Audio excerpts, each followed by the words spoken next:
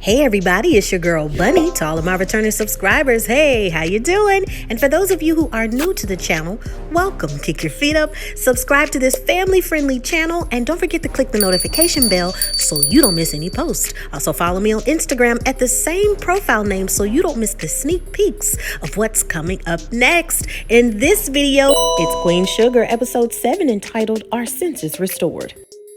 I give a full episode recap with photos offset to the side, and then I give my review at the end. No need to dig around and keep all of the minute marks in the comments. It's all coming up next. Darla observes all of the hard work to come with the meal, but she doesn't seem intimidated. Billy is there to help. Is there anything else we need to go over for the day? Mrs. Ruffin wants to send home her crew before the storm hits.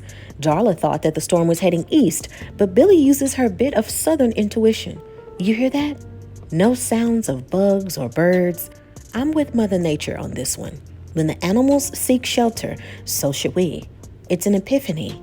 Darla agrees. You're right. Let's get everyone home. Dante is saddened with thoughts. I haven't heard from my mom, and I can't keep lying to Dante. I don't know where she is. There are so many things that are bad. What if they can't come back, or only one comes back? What would my family life be like with them, without them? What if my parents' relationship has gotten bad since we've been away? Vi wants Joaquin to know that you're not alone. You don't ever have to carry all of these thoughts by yourself. We are always here to help, and I'm always here to listen. Yeah, when you start over, things can be bad, but that's where fate comes in. Worrying only makes things worse. It's a waste of energy. So what you can do is your best in school and be a great example for your brother. I know you can do that. So why didn't you have Nova pick you up from the airport? You must have wanted to avoid that Nova look and the lecture that comes along with it. What happened in LA? I heard about that gift photo selling. The best way Micah can explain it all is it's a long story. Micah excuses himself to take a call from Zane. Where are you, Zane? I've been calling you all day. You guys ran up my car to the limit and then get on a jet to Vegas without me and without signing the bill. I need to cash out my digital wallet. Stop playing with me, Zane. Zane doesn't give a direct answer and hangs up. Micah, that call has got to be trouble. Now, I know I don't understand your world, but what you discussed over the phone, me chasing money in the past didn't help me at all. Look, come with me to help me out with some co-op stuff. Besides, we haven't hung out with one another in a long time. It'll be fun. Hollywood does a checklist of closures for the shop with Vi. Look, the storm is coming. Are you socializing or are you taking this serious? Climate change is real and you need to come home faster. Vi tries to calm Hollywood down, saying, hey, chill out. It's not our first storm. And I will make sure to have Joaquin put the sandbags out in front. We should be home in 20 minutes. Dante tries to hide his hands, but Hollywood notices that he's been fighting. I tried to be like Bruce Lee, like you said, and it didn't work. It's obvious Dante misunderstood the meaning. Moving or being like water means to just go with the flow. You've got to use your wit to stay out of trouble. When I was younger, I always got picked on, and I used my funny bone to get people to leave me alone. Like Richard Pryor? Dante doesn't know who Richard Pryor is, and Hollywood says, oh no, that's got to be fixed. We can watch some footage, but don't tell Aunt Vi. I don't feel like hearing her mouth. Aunt Vi, there's no need to worry. All I need to do is pull down the storm windows. When she opens up the door, Calvin is on the porch. What are you doing here? And why minutes before a storm? He claims that he just wants to help her before the storm, but Nova doesn't want him there.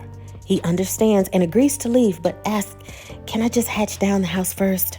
And then I'll go. Darla leaves a voicemail for Ralph Angel and understands that he's trying to get home safely and thanks him for being so protective. Call back as soon as you can.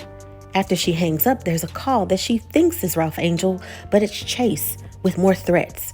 He says, we need to talk, but she hangs up in his face. Ralph, why are we here now? I don't understand. This is the property of the Landrys. We should head home. Ralph is stubborn, though. He says that this is his home, and he must protect it. Come on and help me board it up. Plus, the storm is coming. I'm not driving home in this. Sandy prepared some meals for the storm. Gladly Prosper is out of town. She couldn't get the generator back up, though, but Gladly Prosper called Benny to help. Hollywood and Dante enjoy some comedy, but Joaquin is terrified. He's having a panic attack, and Vi helps him to breathe. He's been this way since his uncle died. Unfortunately, on the Borderlone farm, he never saw his dad so afraid and worried before. He had to go look for him. They can weather the storm together, and whatever happens, they can figure things out together. God placed their families together for a reason. It's too much of a storm for Calvin to leave. He notices the place looks totally different, as if he was never there. Nova confirms, yes, we are over. There's no more of us. Every time we do things and we forgive one another, the world stops. Then we fall back into each other's arms. Not anymore. He wants to try again, but they have tried over and over again. Aunt Vi calls, interrupting the debate. Everything fine? Yes. I'll call you if I need anything. After the call, Calvin says that he's missed her. Does she ever miss him too? Ever? The power goes off and she says yes. Darla notices a ceiling leak. That's not good, but makes light of the situation with some baby talk. They got this. This is our first storm together. You'll be okay. Ralph calls via FaceTime. He embellishes that they were on their way, but noticed the farmhouse wasn't boarded up. Now it's too tough to drive. The words bring a smile to Ralph Angel's face. Darla likes this new energy. He smiles. She hasn't seen him smile like this for so long, and she's happy that he's feeling this way. We'll be fine. Sandy and Billy have small talk, and Benny reports that the generator is still stuck. It will take longer than he thought. After he leaves the room, Sandy teases that Billy is sweet on Benny. She can tell by the way that she looks at him. Billy doesn't deny it, but she needs to focus on herself for a while. Besides this storm, I can't get used to this. I would rather shovel snow in Chicago. How do you stay so calm? Sandy says, listen. And they both enjoy the sound of rain. Billy's mom would always say the same thing, that she could hear God in the rain. Although I wish she could have heard me. Everything that I said to her went in one ear and out of the other. Sally invites her to just talk and she'll listen. Billy wishes that her mom listened when she told her about Jimmy Dale. Maybe her life would have been completely different, and maybe I wouldn't have left. I miss my mom, but I am still mad at her, still. Sandy wants her to remember the beautiful thoughts that led her to think about her mom. No one is perfect, and a lot of the things should be let go. I was never blessed to have children, and both of my parents are gone. Would you please be my maid of honor? Billy gladly accepts the request. Sandy is so happy and glad that she's there.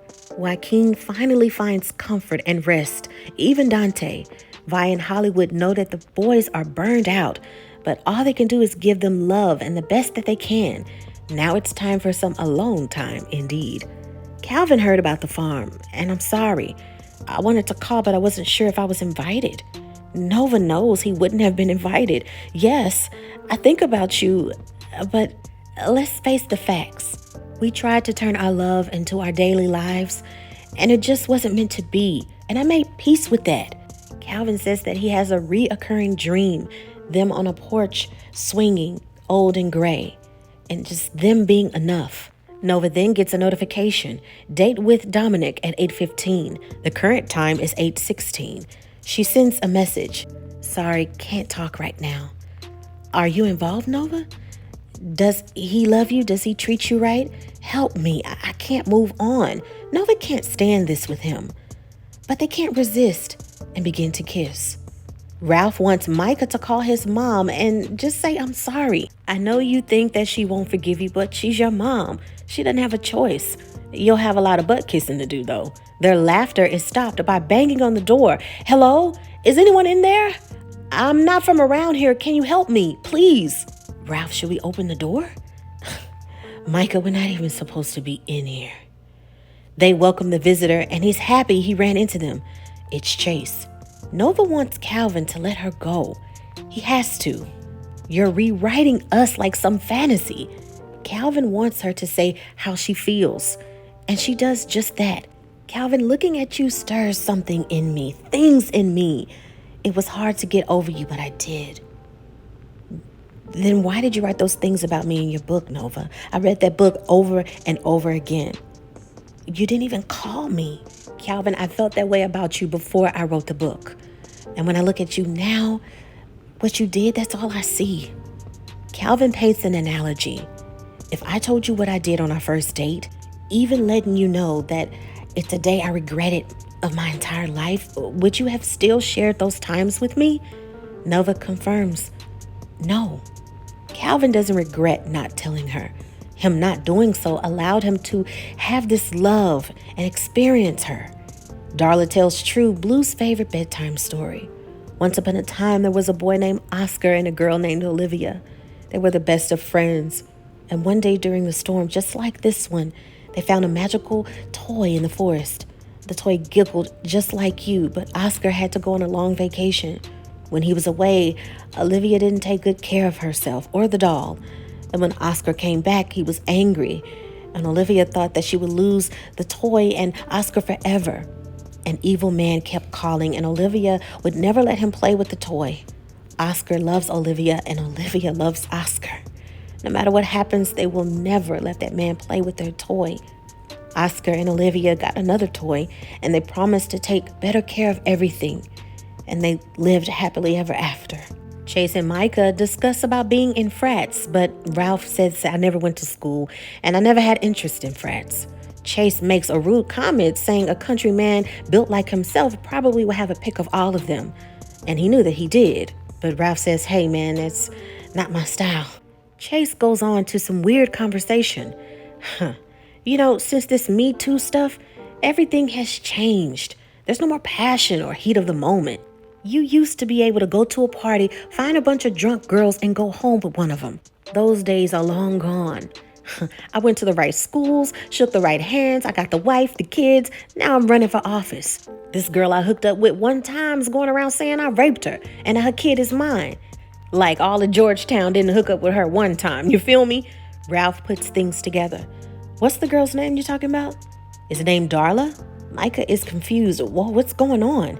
Ralph says through his teeth, this is the piece of crap who raped Darla, and lunges at Chase, choking him. Micah tries to restrain him, saying, it's not worth it. Think about Blue. Think about your baby girl. Stop. Ralph threatens. So you're not from around here, huh? These fields are deep, and the water is cold. There's no need for you to be here. Chase wants to clear up some things about Blue, but not even Chase saying Blue's name heats up Ralph even more. Don't you ever say his name. Ralph throws him out, and he can't understand why Darla didn't say anything. I knew something was off about her. What if he tries to take Blue away from me? Micah says that maybe she was trying to protect you, but Ralph is zoned out. The next morning, the sun is shining, and Calvin prepares to head out. He tells Nova, I have a new story. I met and fell in love with this remarkable woman, the best woman I've ever known. We were both on borrowed time, but we spent several years together. Time went on, and I didn't believe that it would end. She's just like her name, and I'm lucky to have seen it before it ended. She lit up my universe. That's my story, and I'm sticking to it. Nova tells him that that is the most beautiful story she's ever heard. They say their goodbyes and share several tears for closure. And that is the end of the episode.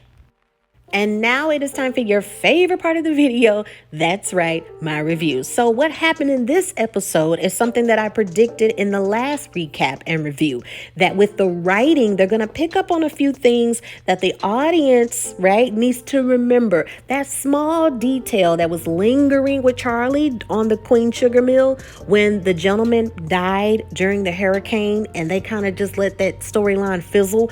They mentioned it in this episode. When Hollywood and Vice say, oh, that's terrible. His uncle died on our farm. It's terrible. But I wonder if that's going to catch back up with Charlie, because she was the one that allowed the workers to keep working, to put all of those workers in danger. Some of those workers says, forget it. If I lose my job, that's fine. I'm out of here. But a lot of workers needed the money, and they were willing to risk it all in working there and still being on the farm. And then the storm got so bad, some of them became stuck. So we have this correlation with Joaquin and Dante's family and that being their uncle and the things that they did, the anger. And now it's gone full circle to where Hollywood and Vi are the guardians of those children in that family. And that, if you remember from the previous season, Joaquin being convinced into trashing Vi's restaurant and Hollywood having those reservations, and now being so open to taking care of Joaquin and Dante, and Joaquin still having that trauma of the rain and the thunder of that night and seeing his dad so scared and afraid and wanting to look for the uncle. So they revisited that in a few lines. I did mention in previous recaps and reviews that the writers are either going to do one of three things. They're either going to have a montage closer to the end of the season if they're not able to talk about some of the loose ends of the storylines that need closure. They're either going to mention it quickly and maybe a narrative, because that happens in a lot of seasons that have a final season to go and it's just too much to just close, or either they're just gonna let those loose ends just fall, at the feet, of the viewers. Sometimes that happens and you watch a show and you're like, well, what happened with this storyline? What happened with this storyline? That's very difficult when you have so many, right? When there's so many characters, and it takes impeccable writing to not forget it all. The seasons of Greenleaf, there were a lot of loose ends, and them adding in additional characters and storylines became sort of frustrating to the viewers, but people loved the show so much that they kept watching, but not enough, because the ratings started to go down. Gladly, with this show of Queen Sugar, people are very passionate in seeing this final episode. If you need more details about that, and me explaining why, the behind the scenes reasons of why Greenleaf came to an end, make sure that you check out that video. And I'll also put it in the comment section for you to check out if you were a fan of Greenleaf. If you're not a fan of Greenleaf, you probably won't be able to follow it too well. But I talk about the writings and a lot of the things that happened behind the scenes, that there was a decision to, because of the ratings and a lot of other stuff, to where the show came to an end, because people were very confused, because it was a very good show and people just don't understand. If people don't watch, no matter how good a show is, a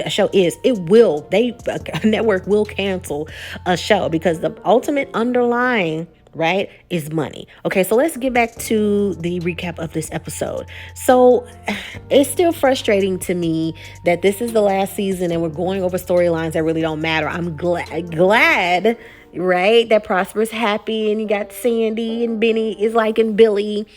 I could care less about any of those characters. I could care less about Billy's character. We already got closure about her, what happened with Jimmy Dale, and, and now she's connecting with Sandy as, future stepmom, and Benny likes her. I don't care about the character. I also don't care about, Dante and Joaquin and Hollywood trying to get the guardianship. I don't care about that, but it does correlate, like as I mentioned earlier, Hollywood wanting to be a foster dad. It's something that he's placed to the side for a very long time, and being selfless, right? For Vi, because he wanted to be there for her counsel, her going seeking counsel for having an abusive past and her starting her own restaurant. He did a lot for her.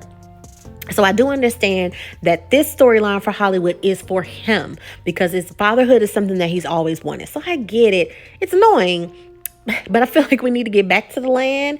We need to get back to the shady guy who's taking the bank or whatever that was from Parthena, and the money, and the black farmers, having shady stuff with the payments. I guess get back to that. It's like, come on.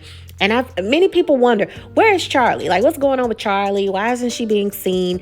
And, a lot of actors, they have other things going on behind the scenes. They can have children. They can write their character to kind of back away and then pop back in. It happens a lot. But I honestly think it meshes well with Charlie's character, because I honestly believe they're saving that for the crescendo of the season. I think that's how everything is gonna have this big shocker at the end, because even though this is going on with her, right, with the gift, and that being sold for $200K by Micah and all this drama behind it, that she is campaigning and all this other stuff. So I think she's going to network with a lot of people to help her when it comes to the Borderline farm and all of the other farmers in the co-op. I really think that she's working on a lot of stuff, and there's going to be the surprise at the end to where she comes in and saves the day. I really, really, really, really think that's going to happen.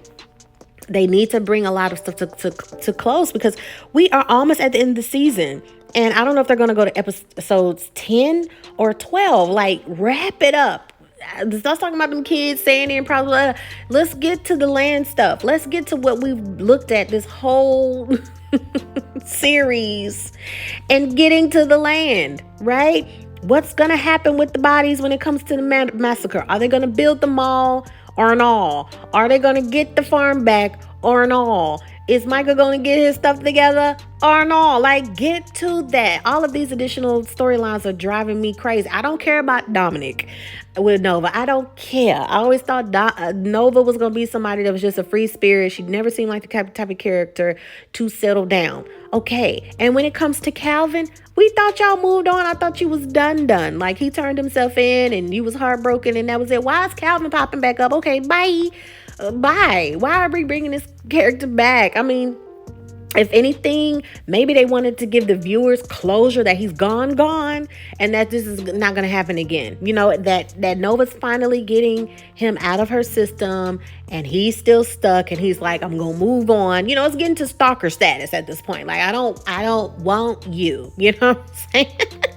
The relationship started off whack anyway, with y'all having an affair and Calvin being married. So kick rocks. Bye. I don't want to see you. Can we move on to the other stuff? Can we get to Chase wanting to take a DNA test, finding out if it's his? I think they're going to end everything on this high note.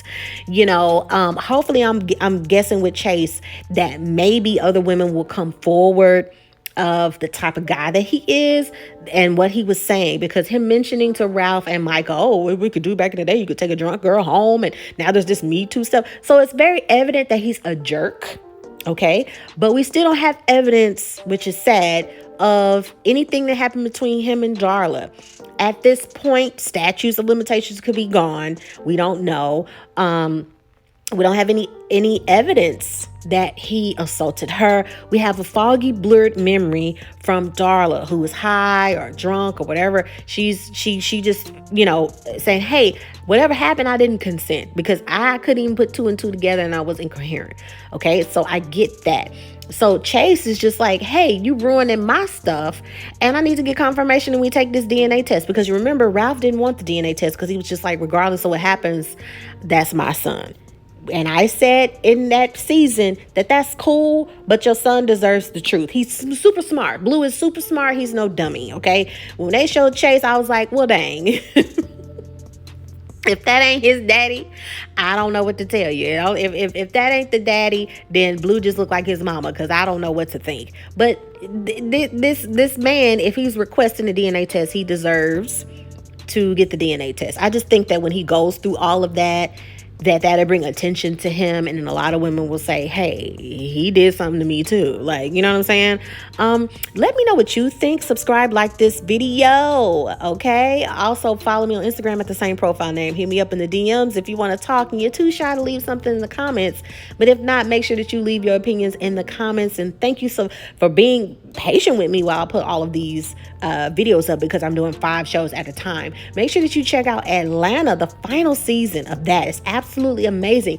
Check it out. Make sure that you binge watch previous seasons if you've never seen the show before, and watch the Hulu original series of Wu-Tang and American Saga. Season 2 is coming this fall, so make sure that you binge watch the first season so you can catch up. That is an Emmy nominated show. Also check out The Handmaid's Tale. If you haven't seen the previous seasons of that, make sure that you check that out in my playlist and just binge watch and have fun. In the meantime, in between time, remember to take care of yourself and each other. Bye.